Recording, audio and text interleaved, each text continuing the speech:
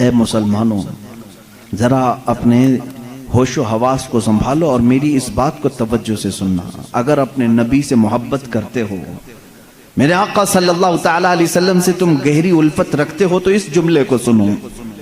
ہماری اور آپ کی بھی موت آئے گی، اور ہم اپنے سامنے مرنے والے بہت سارے لوگوں کو دیکھتے بھی ہیں، لیکن جب دنیا سے کسی کی موت کا وقت قریب آتا ہے تو ہم نے دیکھا وہ اپنے آپ کو نہیں پہچان پاتا، اسے خود اپنا نام یاد نہیں رہتا۔ ماں باپ بھائی بہن رشتہ دار بھی اگر قریب ہوں تو پہچان نہیں پاتا کون ہے۔ نزع کی شدت ایسی ہوتی ہے۔ اسلام تیری نبض نہ ڈوبے گی حشر تک، تیری رگوں میں رواں خون ہے چار یار کا۔ عزیزان گرامی وقار، آج کی اس محفل پاک میں ہم خراج عقیدت پیش کرتے ہیں ان نفوس قدسیہ کی بارگاہ میں جو میرے آقا صلی اللہ تعالی علیہ وسلم کے وصال فرمانے کے بعد آپ کے اس مشن کو لے کر آگے بڑھے۔ وہ خلفائے راشدین ہیں، صحابہ ستاروں کی مانند ہیں۔ ان ستاروں میں اگر سب سے بڑے چمک والے ستارے ہیں تو یہ چار خلفاء ہیں۔ خلفائے راشدین سیدنا ابو بکر صدیق رضی اللہ تعالیٰ عنہ، سیدنا عمر ابن خطاب رضی اللہ تعالیٰ عنہ، سیدنا عثمان ابن عفان رضی اللہ تعالیٰ عنہ، سیدنا علی ابن ابی طالب کرم اللہ وجہہ الکریم۔ ان چار بزرگ ہستیوں کو کیا کہا جاتا ہے؟ خلفائے راشدین۔ بلکہ ان کے نام تو ہر سنی مسلمان کو ایسے یاد ہونا چاہیے، شاید و باید ہماری کوئی مسجد ہوگی جس کی محرابوں میں یہ نام نہ ہو۔ تقریباً اللہ محمد صلی اللہ علیہ وسلم ان ناموں کے بعد اگر ہماری مسجدوں کے محراب میں اگر کسی اور کے ناموں کی جگہ ہوتی ہے تو وہ خلفائے راشدین کی ہے، اور اہل بیت اطہار حسنین کریمین سیدہ زہرا سلام اللہ علیہم اجمعین کی بابرکت اسامی کو ہم اپنی مساجد میں بھی لکھتے ہیں، تحریر کرتے ہیں۔ عزیزان گرامی، اللہ کے حبیب صلی اللہ تعالی علیہ وسلم کی وفات اسلام کے لیے ایک بہت بڑا صدمہ ہے، بہت بڑا صدمہ ہے۔ رسول کریم صلی اللہ تعالی علیہ وسلم سے ٹوٹ کر محبت کرنے والے جانثار صحابہ جو ایک لمحے کے لیے بھی اوجھل ہونا پسند نہیں کرتے تھے، ان صحابہ پر کیا بیتی ہوگی جب میرے آقا صلی اللہ تعالی علیہ وسلم اس دنیا سے پردہ فرما رہے ہوں گے۔ عزیزان گرامی، اس منظر کو اگر ہم بیان کے الفاظ میں لائیں تو واقعی آج بھی ہماری آنکھیں نم ہو جاتی ہیں۔ وہ صحابہ جو حضور اکرم صلی اللہ تعالی علیہ وسلم کو تلاش کرنے کے لیے صرف آپ کی خوشبو کو سونگھ کر کے گلیاں ڈھونڈتے تھے، اگر تھوڑی دیر میرے آقا صلی اللہ تعالی علیہ وسلم نظر نہ آتے تو صحابہ بے چین ہو جاتے تھے۔ ان کا تو مذہب یہی تھا، النظرۃ الی وجہ رسول اللہ، رسول اللہ صلی اللہ تعالی علیہ وسلم کے چہرے کی طرف دیکھنا وہ اپنی زندگی کا عین مقصد سمجھتے تھے۔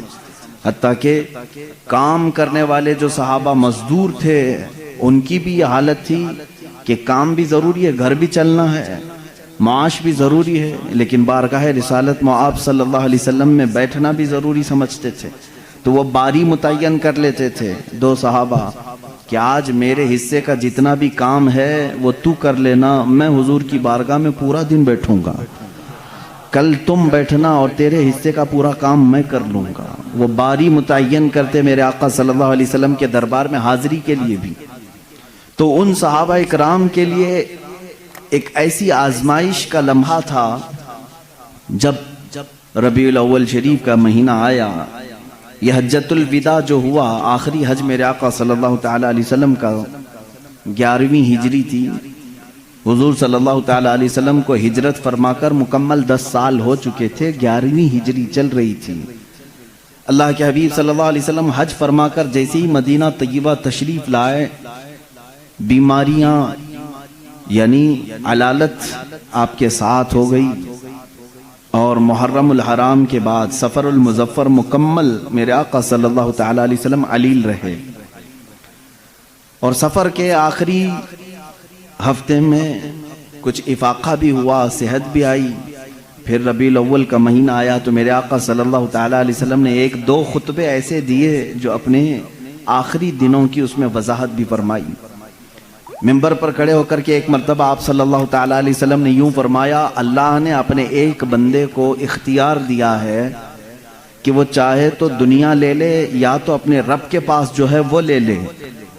اللہ کے اس بندے نے دوسرے آپشن کو قبول کر لیا ہے، یعنی اللہ کے پاس جو ہے اس کو پسند کر لیا ہے۔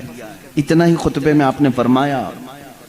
کچھ باتیں ایسی تھی وقتی طور پر فوراً اس کی سمجھ نہ آئی، لیکن سیدنا ابو بکر صدیق رضی اللہ تعالیٰ عنہ جو رسول کریم صلی اللہ تعالیٰ علیہ وسلم کی باتوں کی گہرائی تک پہنچتے، وہ رونے لگ گئے۔ صحابہ نے پوچھا، اللہ کے نبی صلی اللہ علیہ وسلم نے خطبہ دیا ہے، اس پہ رونے کی کیا بات ہے؟ کہا صدیق اکبر رضی اللہ تعالیٰ عنہ نے، اللہ کے رسول صلی اللہ تعالیٰ علیہ وسلم نے جس بندے کا ذکر کیا ہے کہ اللہ نے اسے اختیار دیا ہے، آپشن دیا ہے، چاہے تو دنیا لے لے چاہے تو اللہ کے پاس جو ہے وہ لے لے، جس بندے کے بارے میں حضور ذکر کر رہے تھے وہ بندہ کوئی اور نہیں، وہ خود حضور ہیں۔ صدیق اکبر نے کہا صحابہ سے کہ اللہ نے اپنے حبیب صلی اللہ علیہ وسلم کو اختیار دیا ہے، چاہے تو آپ سالوں سال کی زندگی لے لیں یا تو پھر اللہ رب العزت کی بارگاہ میں پہنچیں۔ رسول کریم صلی اللہ علیہ وسلم نے دنیا کو ترک کرنے کا فیصلہ کر لیا ہے اور اپنے رب ذوالجلال کی بارگاہ میں جانے کا ارادہ کر لیا ہے۔ یہ ربیع الاول کے دنوں میں، شروع کے دنوں میں حضور اکرم صلی اللہ تعالیٰ علیہ وسلم کے جسم پاک پر جو آثار نظر آ رہے تھے، صحابہ کے لیے وہ بڑی بے چینی تھی۔ کئی نمازیں ایسی تھیں جس میں میرے آقا صلی اللہ تعالیٰ علیہ وسلم مسجد نبوی شریف میں باہر تشریف نہیں لا پائے۔ 17 نمازوں کی امامت صدیق اکبر رضی اللہ تعالیٰ عنہ نے کی۔ ابھی میرے آقا صلی اللہ تعالیٰ علیہ وسلم باحیات تھے، ظاہری زندگی میں موجود تھے۔ 17 نمازیں ایسی ہوئی کہ جس کو صدیق اکبر رضی اللہ تعالیٰ عنہ نے پڑھائی، اور آخری وہ دن تھا، روایات میں 12 ربیع الاول کا ذکر ہے اور بعض میں 13 ربیع الاول کا ہے۔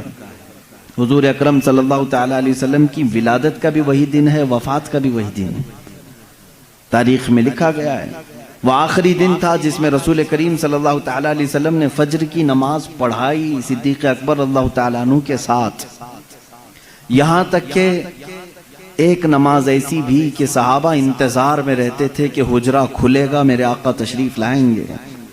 رسول کریم صلی اللہ تعالیٰ علیہ وسلم اس ایک نماز میں اس طرح سے تشریف لائے کہ نماز قائم ہو چکی تھی۔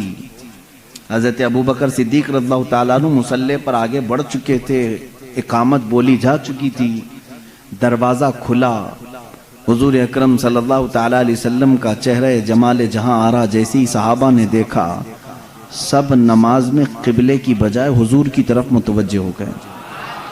یہ تھا نماز میں بھی صحابہ کا ادب و احترام، ان کی کسی کی نماز نہیں ٹوٹی، کیونکہ وہ کعبے کی طرف سے منہ ہٹا کر کعبے کے کعبے کو دیکھ رہے تھے۔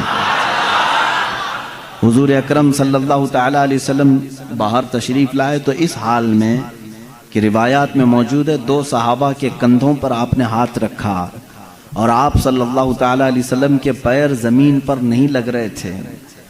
رسول کریم صلی اللہ تعالیٰ علیہ وسلم کی انگلیاں زمین پر لگتی آئیں۔ اسی طرح مسجد نبوی شریف میں اندر آئے، حضرت ابوبکر صدیق پیچھے ہٹنے لگے تو آپ نے کہا آگے بڑھو۔ پھر صدیق اکبر رضی اللہ تعالیٰ عنہ نے نماز نہیں پڑھائی کہ رسول پاک کے امام ہوتے ہوئے کوئی دوسرا امام ہو ہی نہیں سکتا۔ اللہ کے نبی صلی اللہ تعالیٰ علیہ وسلم نے اس نماز کی بھی امامت فرمائی۔ صدیق اکبر رضی اللہ تعالیٰ عنہ مکبر بن کر رہے، اور اسی رات کو میرے آقا صلی اللہ تعالیٰ علیہ وسلم کے لیے وہ دن بھی آیا جب سیدہ عائشہ صدیقہ رضی اللہ تعالیٰ عنہ فرماتی ہیں بخار کی شدت اتنی زیادہ ہو گئی تھی کہ بار بار میرے آقا صلی اللہ تعالیٰ علیہ وسلم مسواک کو پانی میں ڈبوتے اور منہ میں رکھتے تھے، کبھی پانی کے چھینٹے حضور اکرم صلی اللہ تعالیٰ علیہ وسلم اپنے چہرے اقدس پر لگاتے۔ یہ سختی تھی نزع کے وقت کی، یہ جو نزع کی سختی ہے میرے عزیزوں، اس سے ہر ایک کو گزرنا ہوتا ہے، اور اس کے متعلق کہا گیا ہے یہ ایسا درد ہے کہ جس کو بیان نہیں کیا جا سکتا۔ وہ کیسی تکلیف ہوتی ہے، ظاہر سی بات ہے جس کو یہ تکلیف ہوئی اس کے بعد وہ دوبارہ واپس زندگی میں آیا نہیں بیان کرنے کے لیے، جس کو بھی نزع کی حالت آئی پھر اس کے بعد وہ موت کی منزلیں طے کرتا ہے۔ اور ایک روایت یہ ملتی ہے نزع کا وقت ایسا ہوتا ہے، اگر محسوس کرنا چاہو تو اتنا سمجھ لو، نزع کے عالم میں اگر اس بندے کے جسم پر ایک مکھی بیٹھ جائے تو اسے ایسا لگتا ہے کہ پہاڑ بیٹھا ہے، وہ مکھی کا وزن بھی برداشت نہیں کر پاتا، اور اگر ایک قطرہ پانی اس کے حلق میں اتارا جائے تو اسے ایسا لگتا ہے ایک ندی میں نے پی لیا، اس کے لیے ایک قطرہ پانی ایک ندی پانی کے برابر لگنے لگتا ہے۔ شدت کی پیاس، حلق میں کانٹے چبھ رہے ہوتے ہیں، اور روح نکلنے کا جو درد ہوتا ہے، یہ عام لوگوں کی بات میں کر رہا ہوں، ایک ایک ناخن سے ایک ایک جوڑ سے جب روح کھینچی جا رہی ہوتی ہے اور اخیر تک کھینچی جاتی ہے، ناک تک روح کو لایا جاتا ہے، اس کے بعد ملک الموت اس روح کو قبض کر کے لے جاتے ہیں۔ میرے عزیزو، ایک مجھے بات یہاں پر یہ یاد آتی ہے، ماں عائشہ صدیقہ رضی اللہ تعالیٰ عنہ فرماتی ہیں اچانک دروازے پر دستک ہوئی اور ملک الموت آئے تھے، اجازت طلب کر رہے تھے کہ یا رسول اللہ صلی اللہ علیہ وسلم کیا میں اندر آ سکتا ہوں؟ حضور اکرم صلی اللہ علیہ وسلم نے فرمایا عائشہ یہ فرشتہ کسی کی بھی روح نکالنے کے لیے اجازت نہیں لیتا، یہ مجھ سے اجازت لیا ہے اور اس کے بعد اب کبھی کسی سے اجازت نہیں لے گا۔ ملک الموت کو بھی یہ حکم تھا اللہ کی طرف سے، نبی اگر اجازت دیں تو روح قبض کرنا۔ پھر وہ کیسے لوگ ہیں جو کہتے ہیں کہ محمد صلی اللہ علیہ وسلم مالک و مختار نہیں تھے؟ مالک و مختار نہیں تھے، یہاں تو روح نکالنے کے لیے بھی اللہ نے پابند کیا ہے ملک الموت کو، جو فرشتہ کسی سے نہیں پوچھتا وہ رسول سے پوچھ کر کے حجرے میں آ رہا ہے۔ اور اس وقت جو مکالمہ ہوا، بعض بزرگوں نے فرمایا ہے کہ رسول کریم صلی اللہ تعالیٰ علیہ وسلم نے اس وقت کیا بیان فرمایا جانتے ہیں آپ؟ اے مسلمانوں، ذرا اپنے ہوش و حواس کو سنبھالو اور میری اس بات کو توجہ سے سننا، اگر اپنے نبی سے محبت کرتے ہو، میرے آقا صلی اللہ تعالیٰ علیہ وسلم سے تم گہری الفت رکھتے ہو، تو اس جملے کو سنو، ہماری اور آپ کی بھی موت آئے گی اور ہم اپنے سامنے مرنے والے بہت سارے لوگوں کو دیکھتے بھی ہیں، لیکن جب دنیا سے کسی کی موت کا وقت قریب آتا ہے تو ہم نے دیکھا وہ اپنے آپ کو نہیں پہچان پاتا، اسے خود اپنا نام یاد نہیں رہتا، ماں باپ بھائی بہن رشتہ دار بھی اگر قریب ہوں تو پہچان نہیں پاتا کون ہے۔ نزع کی شدت ایسی ہوتی ہے، اپنوں کو بندہ نہیں پہچان پاتا نزع کے وقت، مگر قربان جاؤ اس تاجدار دو عالم صلی اللہ علیہ وسلم کی ذات پر، ملک الموت آئے ہیں اور نزع کی حالت ہے۔ اس وقت کیا پوچھا جانتے ہیں آپ؟ رسول کرام وقار صلی اللہ تعالی علیہ وسلم نے ان سے یہ کہا، اے اسرائیل، یہ جو نزع کا درد ہے کیا یہ درد میری امت کو بھی دیا جائے گا؟ کیا اس درد سے میری امت کو بھی گزارا جائے گا؟ اندازہ کرو میرے عزیز ہو، اسی لیے ہمارے امام نے یہ کہا، جو نہ بھولا ہم غریبوں کو رضا، جو نہ بھولا ہم غریبوں کو رضا، یاد اس کی اپنی عادت کیجیے۔ ہم غریبوں کے آقا پہ بے حد درود، ہم فقیروں کی ثروت پہ لاکھوں سلام۔ عزیزان گرامی وقار، اس رسول کریم صلی اللہ تعالیٰ علیہ وسلم نے اس موقع پر بھی اگر کسی کو یاد کیا ہے تو ہم جیسوں کو یاد کیا ہے، اپنی غریب بھولی بھالی امت کو یاد کیا ہے۔ اس نبی کا اپنی امت سے جو لگاؤ ہے میرے عزیزو، اس کا بدلہ تم پوری زندگی پر سجدے کر کے بھی نہیں ادا کر سکو گے۔ وہ رسول گرامی وقار صلی اللہ تعالیٰ علیہ وسلم ہیں جو ہمارے درد کا اور ہمارے غموں کا احساس رکھتے تھے۔ باقی یہ دنیا جھوٹی ہے جو تمہیں کہتی ہم تمہارے مددگار ہیں، ہم تمہارے آسرا اور سہارا بنتے ہیں، یہ سب جھوٹ بولتے ہیں۔ اے امت کے غیور بندو، نوجوانوں، تمہارا آسرا، تمہارا سہارا، تمہارا مددگار حقیقت میں کوئی نہیں، سب دکھاوے کرتے ہیں۔ حقیقت میں اگر تمہارے غموں کا کوئی مداوع کر سکتا ہے تو تاجدار مدینہ کی ذات ہے صلی اللہ تعالی علیہ وسلم۔ میں جو بات کرنے جا رہا ہوں وہ یہ ہے کہ ام المومنین عائشہ صدیقہ رضی اللہ تعالیٰ عنہ فرماتے ہیں، اسی حالت میں ان کے زانوں پر سر رکھ کر کے میرے آقا صلی اللہ علیہ وسلم لیٹے تھے، ملک الموت اسرائیل علیہ السلام نے آپ کی روح پاک کو نہایتی ادب و احترام کے ساتھ نکالا اور اپنے رب ذوالجلال کی بارگاہ میں لے کر چل پڑے۔ اللہ کے حبیب صلی اللہ تعالی علیہ وسلم پاکیزگی کی حالت میں تھے، رات کا وقت تھا اگرچہ، لیکن چہرہ اسی طرح چاند کی طرح روشن تھا۔ سب سے پہلے حجرے میں داخل ہونے والے سیدنا ابو بکر صدیق رضی اللہ تعالیٰ عنہ، حضرت ابو بکر صدیق رضی اللہ تعالیٰ عنہ تشریف لائے۔ حضور صلی اللہ تعالیٰ علیہ وسلم کو دیکھا، پیشانی مبارکہ نہایت ہی ٹھنڈی تھی۔ آپ نے میرے آقا صلی اللہ علیہ وسلم کے ماتھے کا بوسہ لیا اور کہا، اے اللہ کے نبی، جو موت آنی تھی وہ آ گئی، اب اس کے بعد موت کا درد دوبارہ اللہ کبھی آپ کو نہیں دے گا، کبھی دوسری موت آپ پر نہیں آئے گی۔ اس کا مطلب یہ ہے کہ صدیق اکبر کا یہ عقیدہ تھا کہ ایک موت کے بعد میرا نبی اب ہمیشہ کے لیے زندہ ہو گیا ہے، جو موت آنی تھی وہ آ گئی۔ اللہ کے حبیب صلی اللہ علیہ وسلم اس کے بعد برزخی زندگی میں زندہ ہو چکے۔ اب جو معاملات تھے، یہ پیر کا دن تھا، پیر کا دن گزر کر رات آئی تھی۔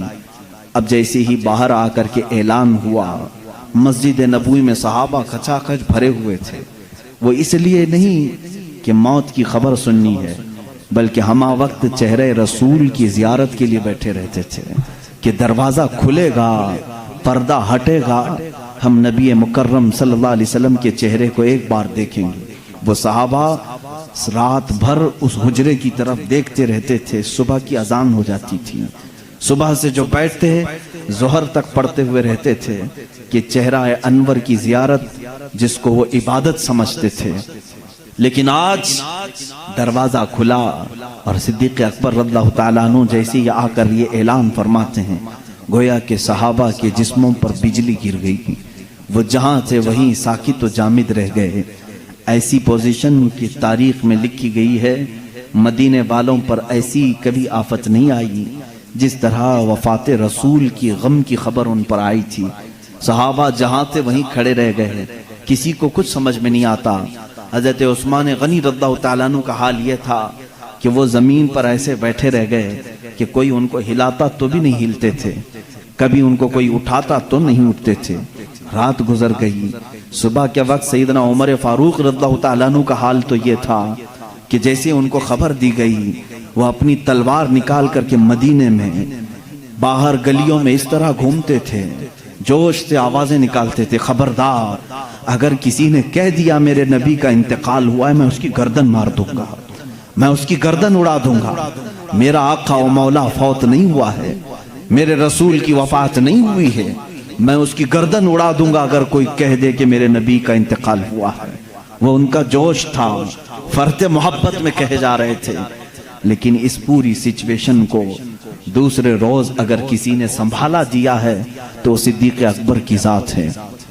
سیدنا ابو بکر صدیق رضی اللہ تعالیٰ عنہ نے سب کو جمع کیا مسجد نبوی شریف میں۔ صحابہ سے پوچھا کہ تم اب تک کس کی عبادت کرتے تھے، محمد صلی اللہ علیہ وسلم کی یا اللہ کی؟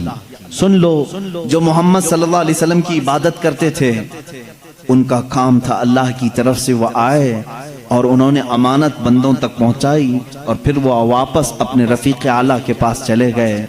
تو جو ان کی عبادت کرتا تھا وہ سمجھ لے کہ ان کا انتقال ہو چکا، اور جو اللہ کی عبادت کرتا تھا وہ سمجھ لے اللہ آج بھی زندہ ہے اور ہمیشہ زندہ رہے گا۔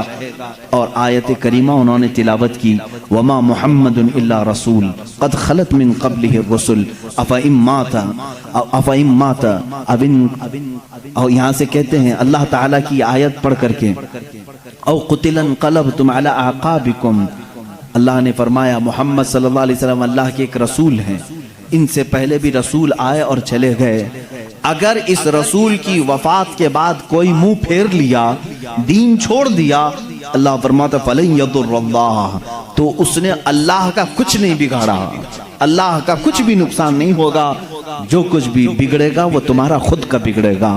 رسول کے بعد کوئی بھی منہ نہ پھیرے اس شریعت سے، کوئی اس راستے سے، اس اسلام سے ہٹے نہ۔ یہ صدیق اکبر رضی اللہ تعالیٰ عنہ کا خطبہ تھا، اسی خطبے سے آج تک اسلام زندہ ہے۔ میرے عزیزو، اسی لیے اسلام شخصیتوں سے نہیں چلتا ہے. آج میں تمہارے سامنے بیٹھا ہوں, اس مسجد کا مصلی میری ذات سے وابستہ نہیں ہے. مجھ جیسے 1000 امام آئیں گے, 1000 مقرر آئیں گے, 1000 علماء آئیں گے, لیکن دین پھلتا ہے, پھولتا ہے. رب تعالیٰ اس شجر کو صبح قیامت تک قائم و دائم رکھے گا. اس چراغ کو ہزاروں پھونکنے والے بھی آئیں گے, مگر اللہ اس چراغ کے نور کو صبح قیامت تک زندہ رکھے گا. اس لیے کہ اس اسلام کی پوری ذات کو اللہ رب العزت نے کسی ایک شخص سے نہیں رکھا, بلکہ اس کی حفاظت خود اللہ نے اپنے ذمہ کرم پر رکھی ہے. عزیزان گرامی, یہاں سے اب میرے آقا صلی اللہ تعالیٰ علیہ وسلم کی تدفین کا معاملہ آیا. بدھ کے دن اللہ کے حبیب صلی اللہ علیہ وسلم کی تدفین عمل میں آئی. اس میں بھی بڑے معاملات ہوئے. صحابہ کرام رضوان اللہ تعالیٰ علیہ مجمعین کے آپسی جو معاملات ہیں میں یہاں سے اب ذکر کرنا شروع کروں گا. آج ہوش و حواس سنبھال کر کے آپ غور سے ان باتوں کو سنیں کہ ہمارا سچا اور ستھرا عقیدہ کیا ہونا چاہیے. صحابہ کے متعلق, اہل بیت کے متعلق اور اسلام کے متعلق صحیح عقیدہ کیا ہے. صحابہ انسان تھے.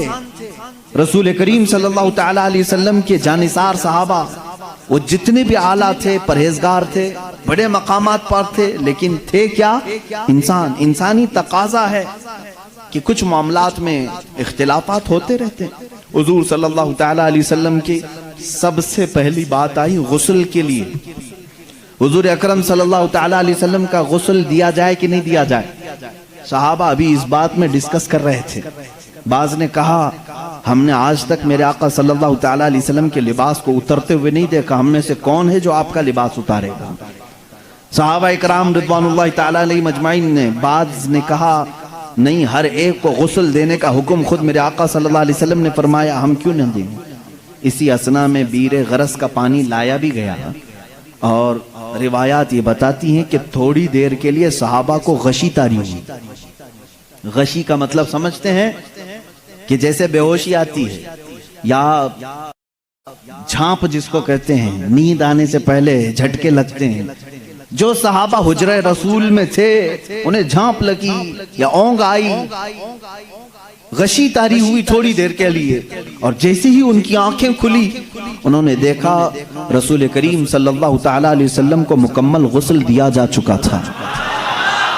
یہ تاریخ میں کہیں نہیں ہے کہ کس نے غسل دیا ہے. اللہ کے حبیب صلی اللہ تعالیٰ علیہ وسلم غسل دے کر کے آرام فرما تھے. یہ منظر ہونے کے بعد صحابہ نے کہا آپس کا اختلاف ہی ختم ہو گیا, دفن کہاں کریں. دفن کے لیے صحابہ میں پھر باتیں آئی.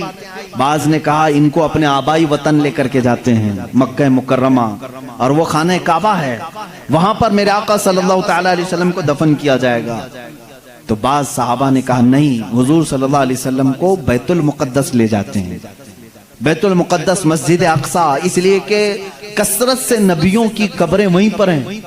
ایک روایت کے مطابق تقریباً 30,000 انبیاء اکرام بیت المقدس کے ارد گرد دفن ہیں. کہا انبیاء اکرام آپس میں بھائی ہیں, حضور صلی اللہ تعالیٰ علیہ وسلم کو ان کے بھائیوں کے ہاں دفن کرنے کے لیے ہم لے چلیں گے. 2 جماعتیں ہو گئی. تیسری جماعت صحابہ کی ایک یہ ہے جنہوں نے حدیث رسول ذکر کیا. وہ ان کے رائے تھی, ان کے مشورے تھے, لیکن ایک صحابی نے حضور صلی اللہ علیہ وسلم کی حدیث بیان کی. کہا میں نے میرے آقا صلی اللہ علیہ وسلم سے سنا ہے ہر نبی وہاں دفن ہوتا ہے جہاں اس کی روح قبض کی جاتی. معاملہ ہی ختم ہو گیا, اختلاف ہی ختم ہو گیا. حضور صلی اللہ علیہ وسلم نے فرمایا ہر نبی کو اسی زمین پر دفن کیا جاتا ہے جس زمین میں ان کی روح قبض ہوئی. آخری وقت وہ کہاں لیٹے تھے؟ تو سب کا اتفاق ہو گیا وہ حجرہ عائشہ صدیقہ میں لیٹے ہوئے تھے. یہ آخری دن تھا میرے آقا صلی اللہ علیہ وسلم کا, جس حجرے میں آپ آرام فرماتے وہ سیدہ عائشہ صدیقہ کا حجرہ تھا. حضور صلی اللہ علیہ وسلم نے اپنی ساری بیویوں کے لیے ایک ایک حجرہ بنایا تھا, ایک ایک کمرہ. آخر زمانے میں حضور صلی اللہ علیہ وسلم حضرت عائشہ کے حجرے میں لیٹا کرتے تھے. حضرت عائشہ صدیقہ رضی اللہ تعالیٰ عنہ سے آپ کو کافی انسیت تھی, محبت تھی, اور ساری ازواج مطہرات نے اپنی باری ان کے لیے قربان بھی کر دی تھی. حضرت عائشہ صدیقہ رضی اللہ تعالیٰ عنہ کے ہاں حضور صلی اللہ علیہ وسلم خوشی محسوس کرتے تھے.